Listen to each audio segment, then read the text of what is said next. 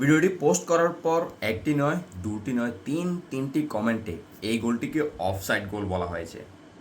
এটি দেখে আসলে আমি ভাবলাম যে আসলেই যে গোলটিকে অনসাইড হয়েছে নাকি অফসাইড হয়েছে, এই যে ভিডিওটি সেটিও আসলে দেয়া যাক। তার আগে আসলে আমি ভাবছিলাম এই গোলটি আসলে যে ফিনিশিংটা ছিল, যেটি যে আন্তর্জাতিক মানের ফিনিশিং ছিল একটা লোকাল প্লেয়ার থেকে, সেটি আমি শেষে বলি, কিন্তু এটি আমি আগে বলার যে সিদ্ধান্ত সেটি গ্রহণ করলাম। কারণ প্রথমে যখন সে বলটি রিসিভ করলো পাস থেকে, এর পরবর্তীতে সে গোলকিপারকে ইন্টেন্সিটি দেখালো যে সে ডান পায়ে ফিনিশ করবে। যখন গোলকিপার তার ডান পায়ের দিকে মনোনিবেশ করলো, তখন সে বাম পায়ে একটা অসাধারণ ফিনিশ, অর্থাৎ মাইন্ড গেম খেলে কিন্তু সেই যে ফিনিশিংটি সেটি করলো। এবার আমরা যদি আসি আসলে গোলটি অফসাইড নাকি অনসাইড ছিল, তবে সেখানে আমার যে অ্যাঙ্গেল, সেই অ্যাঙ্গেল থেকে ভালোভাবে বোঝা না গেলেও কিন্তু স্পষ্ট দেখাই যাচ্ছে যে একজন ডিফেন্ডার তার পেছনে ছিল, তার যে স্কোরার তার পেছনে ছিল। এছাড়াও আমরা যদি দেখি একজন প্লেয়ার যে হাত উঠিয়েছিল, যিনি সেন্টার ব্যাক ছিলেন, তার আসলে প্রথমে খেয়াল ছিল না যে তার পেছনে কেউ একজন ছিল। কারণ যখন